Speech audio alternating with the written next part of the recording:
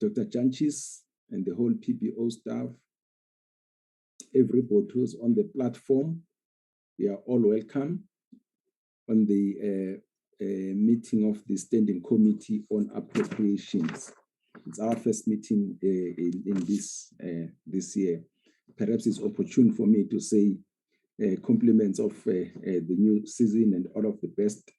Looking forward to effective and better working of the committee as we try to improve the lives of South Africans. So you are most welcome. The media on the platform, you are all welcome, and the members of the public who might have joined. There is an agenda in front of us. Do we have any apologies, Darren? Yes, Chairperson. Good morning, honorable members and guests. We received apologies from Mr. Mare, who's attending the WIPS training. Ms. Peters has been booked off sick for the week. And then we also received an apology from Ms. Ntlangwini. Furthermore, Mr. Mlenzana indicated that he will join the meeting around 10 o'clock. He's currently engaged with something else. Thank you, Chair. Thank you so much, Darren. Let's note those apologies. Chairperson. Honorable Ntoyana, good morning. How are you? I'm fine, Chair. Chair, I just wanted to make you aware that I'm having a class at 11 o'clock, so I will be leaving the meeting at 11:15. Perfect. That will be noted, Honorable Ntoyana. Right. As we know, today the main thing is that we requested the PPO to brief the committee on the transport conditional grants. So there is a background to that, but they talk to it. But a few points that I would like to make, Dr. Chanchis, welcome and your team. That obviously we have gone through your presentation. You are taking us through the background, the methodology, and so on. I think you'll touch on that. But what is more important for us is the evaluation and performance of the grants that we'll be looking into, and the desired impact. Are we getting the desired impact from those grants, right?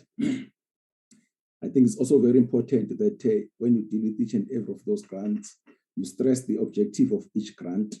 What is its objective, so that you make sure that we are all on the same page. Also,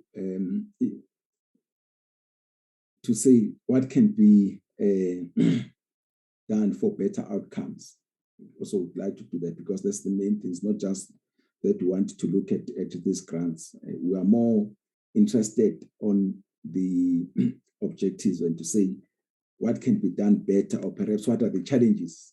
I think we know that the fact that we ended up having to ask you to look into those grants is because the committee noted that there was some challenges. There was some underspending. There was the return of money to the fiscus and so on and so forth. So the committee said it wants to zoom into these grants and see what can be done better. Also, just to remind you what we always say, is that you must be aware that as you make these presentations to the committee, but it's not just for the committee, the public out there is also looking at the presentation, because this is meant for them. So it's important that as we go along, please keep on defining some of these things and explaining them, so that again we take along the members of the public. I think with those a few comments, PPO, you are most welcome, and thank you very much for availing yourselves. And I would say maximum will give you 45 to an hour to finish the presentation. And after that, I'll allow the honorable members to engage with the presentation. Thank you very much. Excuse me. Dr. Chanchis. Thank you very much, Chairperson. Good morning to Chairperson and our members and colleagues on the platform. Thank you so much for the opportunity for Parliamentary Budget Committee in regards to the work of the PV on the commercial accounts. Oh, let me also start by compliments for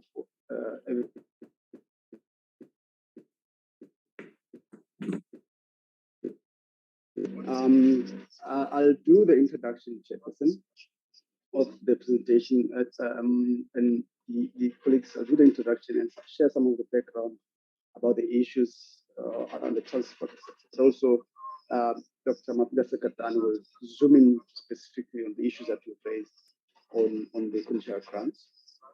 But later, other colleagues will come in into the discussions during the discussion time.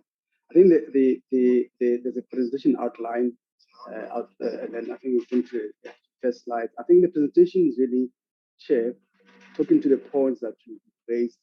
It aims to really stimulate discussions around efficiency, effectiveness of public expenditure broadly, but also, looking at the issue around commercial grants.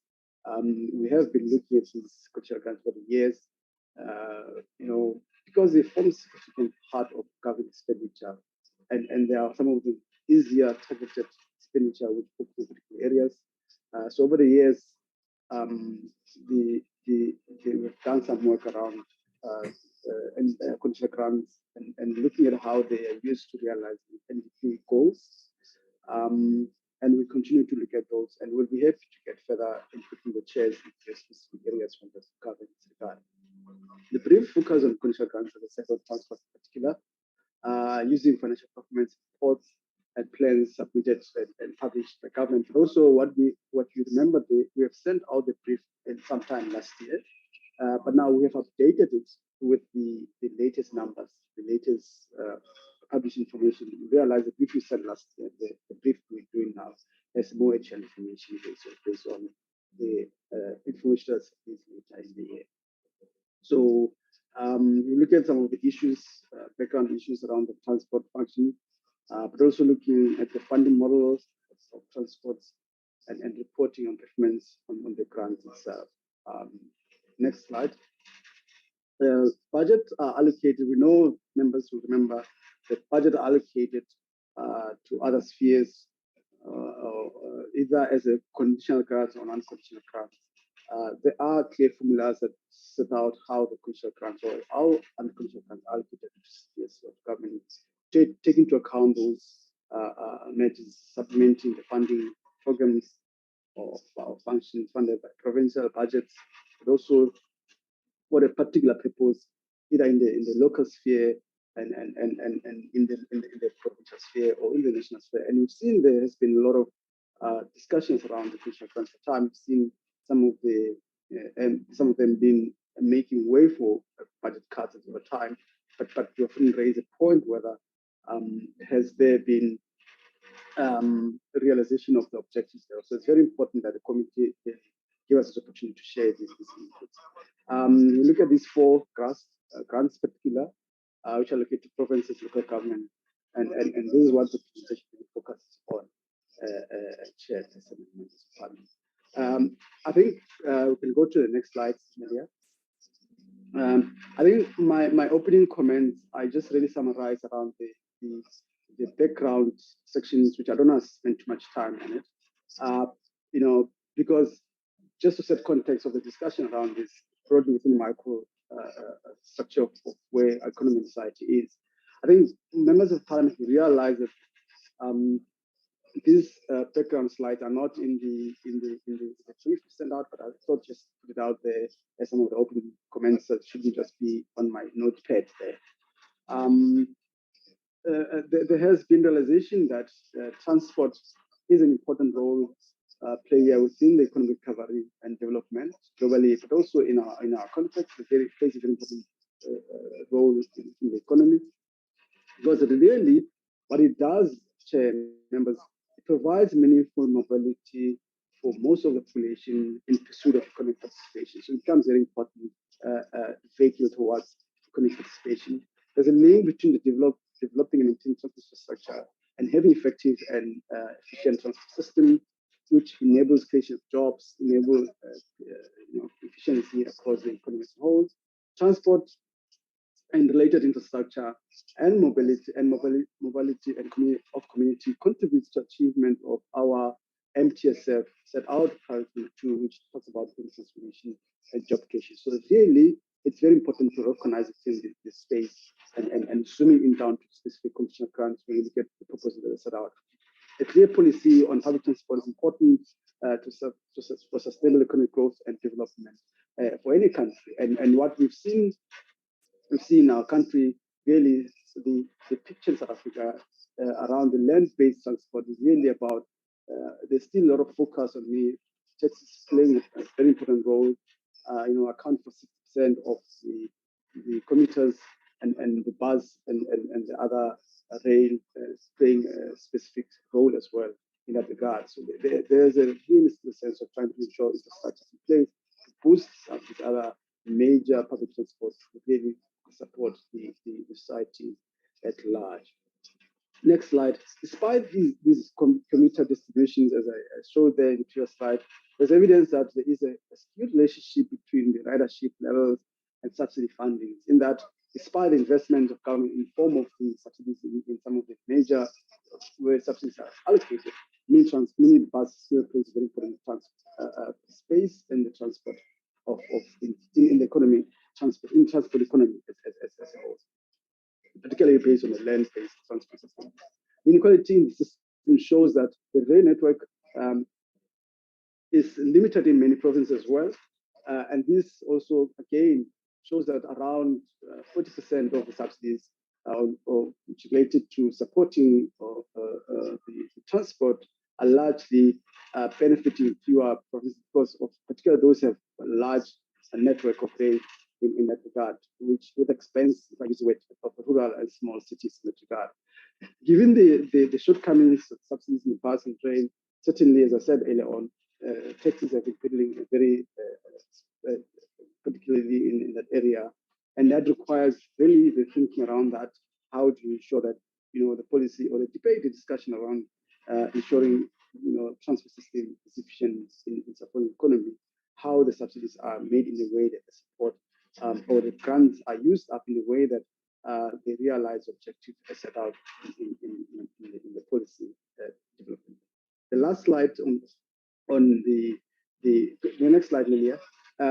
Another point I wanted to share with few points I want to share with members around the work that was done recently by the Commission looked at the issues around land-based transport, and they noted that there certainly these inequalities within the sector, and as a result, emphasizing the importance of infrastructure grants being really prioritized over the operational grants, particularly when we look at these rural or areas in that regard, where the majority of the poor and marginalized are mostly are. The subsidy policy should also show that there's equitable allocation of subsidies in the public sector, and this also extended to take into account the role it's played by many parties. There's need to address the fragmentations in the sector to improve coordination and really ensuring that if how these subsidies or grants are used up at the rural and urban areas there. The last slide, some of the last few points, Chair, before I give to my colleague sit down to continue, is also looking at recognizing the importance to recognize that in many of the poor provinces, there are some of the issues that comes in there, which in a way some of these consumer grants are meant to try to address some of these issues. And certainly, Self-Help has contributing to inadequate provision of public transport in these areas. It's the fact that they are sparsely populated, which makes public transport infrastructure costly and difficult to really in those areas. And the high incidence of poverty and level of unemployment in rural areas makes demand for public transport less economically effective in the way, particularly for those operators in the sector who are not receiving the subsidies. Road and conditions are quite bad in many instances that makes it very difficult for the sector. So therefore, it's very important for the operators. It's very important that the role of local government is also taken into account, particularly having capacity in really bringing some of the coordination support of the sectors at the regional and local level in this regard. Chairperson, members, I will stop there with these opening remarks and give Dr. Mapula Sekatan to take us through the details. Thank you so much for the opportunity. Mapula, do you want to come in?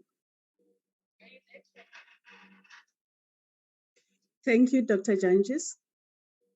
Honorable members, Chairperson, as PBO, we embarked on a project of determining the efficiency and effectiveness of expenditure of nationally raised revenue. But as an office to evaluate performance outcomes on expenditure, we need quality and complete set of performance information. And with the performance information, we need performance indicators to be specific, relevant, and linked to the budget. We also need a series of regularly reported data to measure the change over time and to determine the impact or effectiveness. So Madam performance excuse me. Sorry to interrupt you, Mapule. I'm just trying to check, is there no other way that the slides can be bigger and like we usually show them? I don't know how it appears on the side. From my side. We're silent, and we wanted I to think check make whether it, Nelia, are you the one sharing? what direction are you giving, Yeah, Chair? I see what the chairperson is saying. Make it bigger. I think make it. Yeah. I think it needs to be full screen. Full screen, Yeah. yes, full screen. That's what I mean. Make it full screen, Nelia.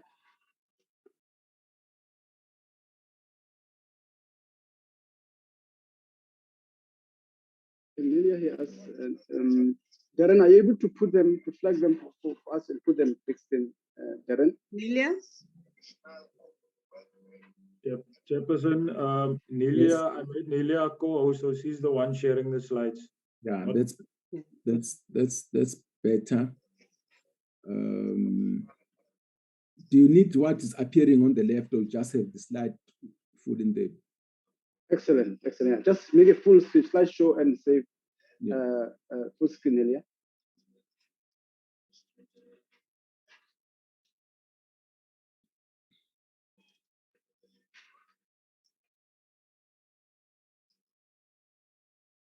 We do apologize about that. Nelia, Nelia, click on slideshow at the top.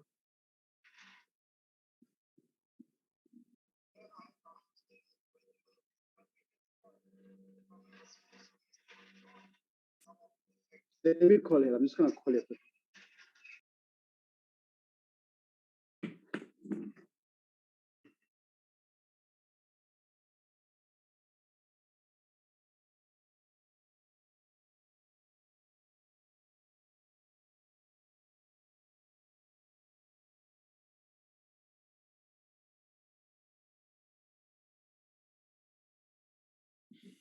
Are we winning?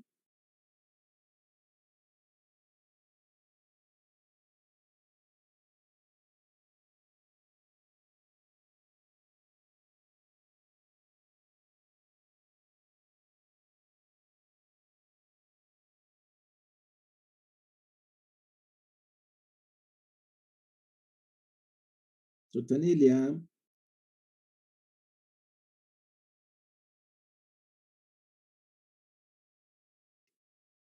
Sorry, we do apologize, Chairperson. I think she's struggling with because she's using a different budget. gadgets, yeah, because the computers we've got problems with our computers. So so she's using a tablet, an iPad instead of a laptop. So I think can I propose that we continue if members can see, and then as soon as she sorts it out, unless maybe I could send the presentation to Darren to share it instead, if that's fine. Either way, we can continue as soon as she's fine. Dr. Jantis, Yes, can we take a 5 minutes break and you sort out, because we really want to see what is on the screen. So we'll give you, honorable members, let's just give them about 5 minutes and then let them sort out the slides. So I'm struggling from my side to see what's there. Thank you so much. We do apologize. Thank you, sir. No, agreed, Chair. We're also struggling to see the small writings. Chairperson. Yes, yes. Okay. Let me try and share the screen, Chair. Let me try Yeah, and I'm giving. Hey, we have 5 minutes to sort out the thing, and then let's. all right, Chair. Sure.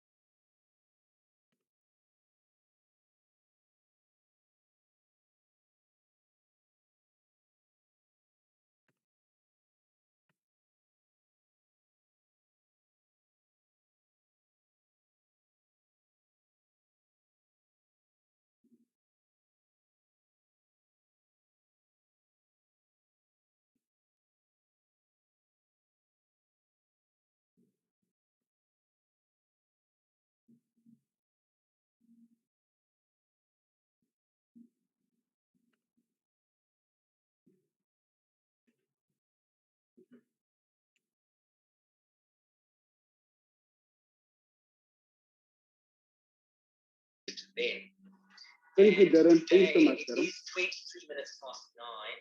This meeting was scheduled for 9, as was already pointed out.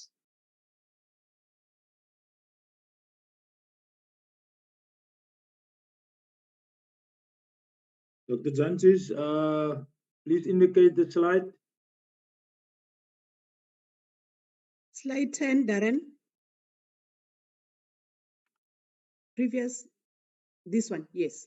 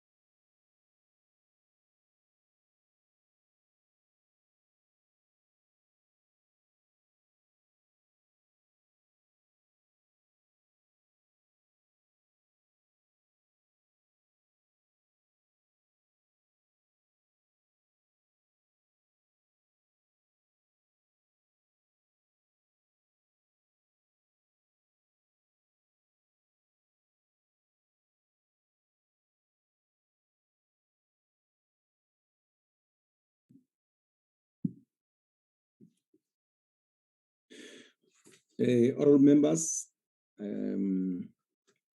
let's continue with our presentation. PBO, you are ready, I suppose. Yes, Chairperson. Okay. Honorable members, we can continue. Hey? Thank you, Honorable Chair. So as I was saying, for this evaluation, we use performance information from the 2020-2021 annual report of the Department of Transport. This was the officially published information on performance expenditure. So the National Department of Transport arranged the data according to the purpose of the conditional grant, the expected output target and actual output achieved in 2020-2021, and the expenditure against the budget. Next slide.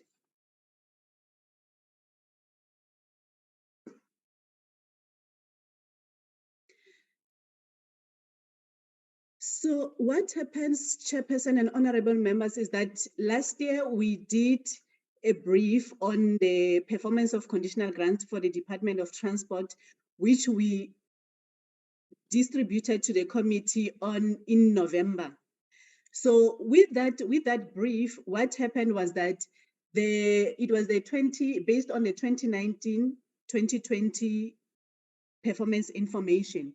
So when we looked at the annual report for the Department of Transport, the information was incomplete. And the reason that was given for the incomplete performance information was that it was due to COVID. So provinces were not be able to give information to the National Department of Transport. So for that evaluation of the report that you received in November, so we then used the 2021 DORA to do the evaluation because the 2020 annual report information was incomplete. So now, coming back early this year, we realized that the annual report for 2021 had more information than the information that we had in DORA.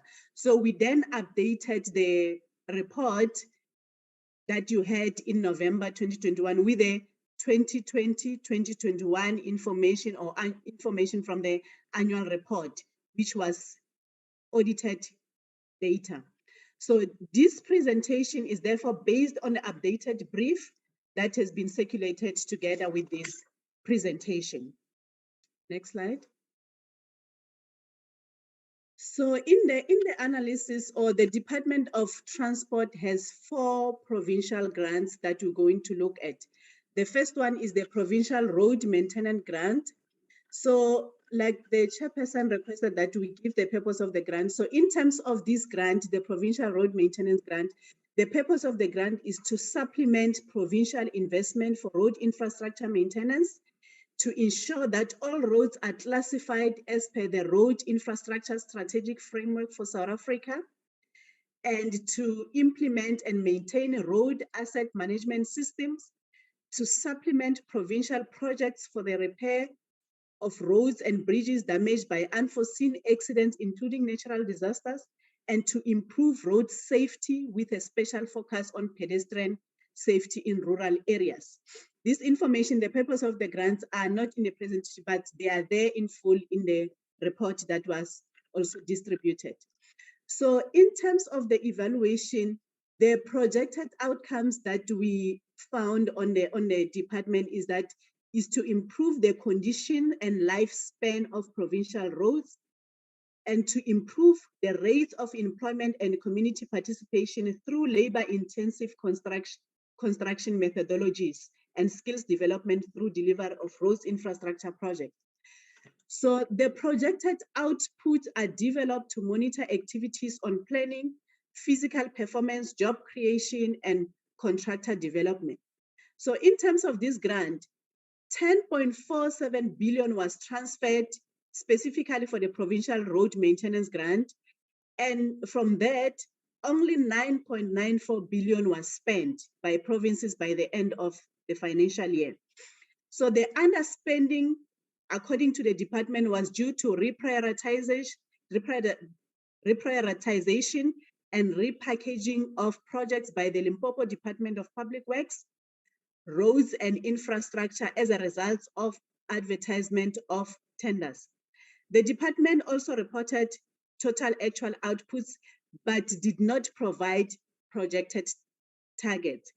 So it is therefore not possible to determine whether the planned outputs were achieved or not if we don't know what were the targets. So an indicator with a baseline of the condition of roads and targets will be useful to determine if the real needs are addressed by this particular grant. Next slide. So the extra information that is also available, Chairperson, in the 2021 annual report that they reported on, which was not there in the 2020 annual report, and also in the DORA information that we used in the report that you received in November, is the report or performance on the employment stimulus of the particular grant. So in terms of the employment stimulus, the Department of Transport is supposed to, in terms of the purpose, to provide supplementary funding towards public transport services provided by provincial transport. So out of the 630 million transferred for employment stimulus through this grant, only 182 million was spent by provinces. So the department lists the main reason of this underspending as the late tabling of the medium-term budget statement in October. Remember, we had the MTBPS being shifted backwards due to elections. So, and they are saying that was the reason because transferred were only made in February 2021. So hence the underspending. And also another issue that we find here is that most of the provinces fail to comply with the requirements of the presidential employment stimulus package. For example, the Western Cape province did not comply with the presidency mandate of job creation because jobs created were not labor-intensive activities, which means they didn't have warm bodies that were able to get employment opportunities. The Northern Cape province is said to have utilized part of the provincial employment stimulus budget for other things instead of employment creation. And Limpopo province just started other employment stimulus project this new financial year. This will pose a serious challenge in terms of the reporting. And KwaZulu-Natal failed to advertise tenders within the required time frame for the implementation of phase 1. And some of the provinces which the national department does not specify which one did not report on SMEs. So most provinces did not report on the full-time equivalents in this case. So only 2 provinces, which are Gauteng and Northwest, achieved their set targets. Most of the provinces performed poorly. And in this slide, Chairperson, I need to emphasize that this is the information as we got from the National Department of Transport annual report. There is no detailed information in terms of the reason behind these reasons why most of the provinces did not perform as required by the presidential employment stimulus package. So like, for example, where they say Northern Cape province did not utilize only parts for other things, we don't know what they utilized that money for. The information is not available in the annual report, and we don't have access in terms of the provinces to see and to know what they did with the money and what did Western Cape do, what kind of employment creation they did that were not labor intensive. Next slide. So in this slide, Chairperson and honorable members, we try to give you a summary of the performance of the provincial road maintenance grant. So we gathered information from different sources to sort of give a picture up to what is the performance at this point. So when you look at the table, the first column is the actual 2019-2020 performance, which we took from the 2021 DORA. As I said from the beginning, that the annual report did not have like good information that we needed. So we used the 2021 DORA. And the 2020-2021 actual performance information, which is coming from the 2020-2021 annual report. And the third column is the targets for 2021-2022. This is also something that is good, Chairperson, which was not happening in the previous financial years, because now for 2021-2022, they have performance targets. And we are showing performance for Q2. This information is coming from National Treasury. It's not yet publicly available, but they were able to share the information with us, and we calculated a percentage in terms of how far it is at the moment in Q2. And when you look at these sources, they are not always publicly available. Like I said, example for the current performance information, they're not yet publicly available. And there is a lag period of 2 years when the DORA, when the information is published in the DORA. Next slide. So the second grant for the Department of Transport is the Public Transport Operations Grant. So the purpose of this grant is to provide supplementary funding towards public transport services provided by provincial departments of transport. 5.96 billion of the transferred fund amount. Sorry, excuse me. Are we on the same slide with you? Looks like they've gone back to what you've come back to. Yes, they were on the wrong one, Chairperson. Yes. So let's go to the next one. Next slide, Darren. Yeah. Yes, okay. we are here. Yes. So 5.96 billion of the transferred amount totaling to 6.7 billion was spent by provinces, leading to 11% underspending.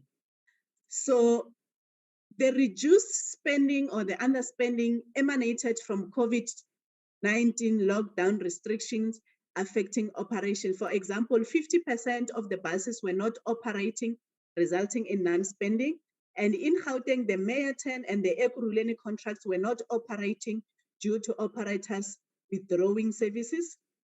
So although progress was made with the implementation of the outputs, it cannot be measured in terms of the planned targets of vehicle subsidized, cumulative annual vehicle subsidized, trips operated, scheduled trips, passenger subsidies, kilometer subsidized, number of employees, and the number of kilometers targeted.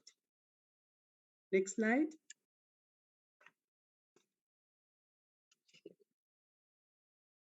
The next grant for the Department of Transport is the Public Transport Network Grant. So the purpose of this grant is to provide funding for accelerated construction and improvement of public and non-motorized transport infrastructure that form part of a municipal integrated public transport network, and to support the planning, regulation, control, management, and operation of fiscally and financially sustainable municipal public transport network services. So municipalities spent 3.1 billion of the 4.39 billion transferred, leading to an underspending of 1.29 billion. The municipal sphere financial year annually runs for 3 more months after the end of the national financial year, which means that the unspent funds are likely to be spent or to be increased by the end of the municipal financial year. So municipalities that receive the grant are making progress with the provisioning of the network infrastructure grant. This we can see also on the report in table 3 of the annexure. For example, in Cape Town, a cumulative total of 33.9 kilometers bi-directional dedication BRT busway has been connected, and 1.5 kilometer is fully operational. For Ekurhuleni, 80% of all ITS equipment procurement, that is validation, validators and gates, construction of turnaround facilities at Winnie Mandela and Tembisa Hospital completed. For eThekwini, corridor 2-7 of 27 kilometers road and 4 of 14 stations completed. And in George, road rehabilitation of the Caledon, Mission and Merriman streets completed. For Johannesburg, road rehabilitation for critical section concluded. For Nelson Mandela Bay, upgraded N2 standard road bridge and pedestrian bridges, practical completion in March 2020. For Tshwane, Belle Ombre phase 2, that is overflow car park electric fencing, 8% complete. Capital Park bridges, 50% complete. Vanderbom intermodal facility building works, 55% complete. So all this information is available in the report. So, but however, there is no reporting on the progress made with the provisioning of the network operators component, because for this grant, they have to perform on the network infrastructure component. They have to perform on the network operation component. So there is reported progress on the network infrastructure component, but there is no reporting on the network operators component. So the network operators component should include reporting on the number of average weekday passenger trips carried on public transport network, grant-funded networks, number of percentage of municipal households within 500 meters walk to an integrated public transport network station, percentage uptime of network operating systems as a proportion of the network's public operators operating hours, and passengers per network vehicle per available weekday. So they did not report on this, but they reported on the network infrastructure component. Next slide. The fourth and last grant for the Department of Transport is the Rural Road Asset Management Systems grant. The goal of this grant is to ensure efficient and effective investment in municipal roads through the development of the road asset management system and collection of data. So the municipalities spent 40.8 million of the 108.4 million transferred. The slow spending of 38% of the funds was due to the impact of COVID-19, which delayed procurement as well as implementation. It is also noted that the municipal financial year only ends in June, so which means there is a lag in terms of the reporting. Maybe some of the funds will be utilized by the end of that time. So expected output for this grant are as follows: road condition data, traffic data, data on condition of structures as per technical method for highways, prioritize project list of roads to inform municipal grant project selection. So next slide. So the actual output as per the annual report is that the department reports that the road condition data and the traffic data is available. So they're just saying it's available. We don't know it's available. How was the performance and all that? And they're saying the road asset management systems data is being cleaned and updated, which we also don't have the details to that.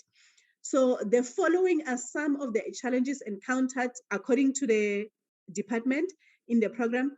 COVID-19 regulations have delayed the appointment of service providers in some district, and field workers was impacted due to regulations.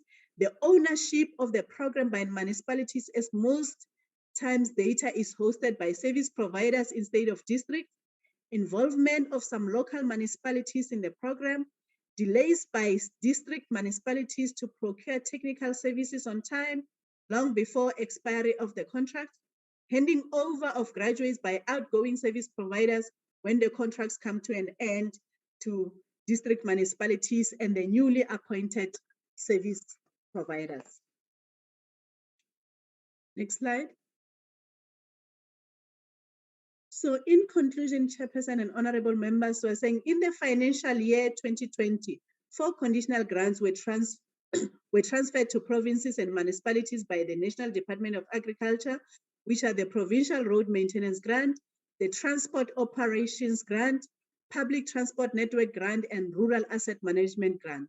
So the analysis of the information on the conditional grants shows that there is underspending that is accompanied by under and in certain circumstances over performance.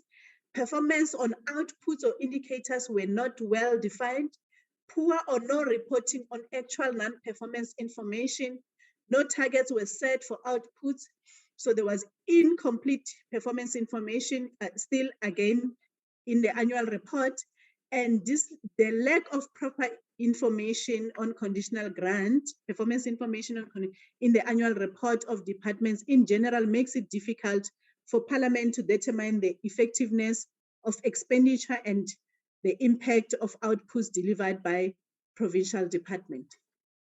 Thank you, Chairperson and honorable members. Dr. Janchis.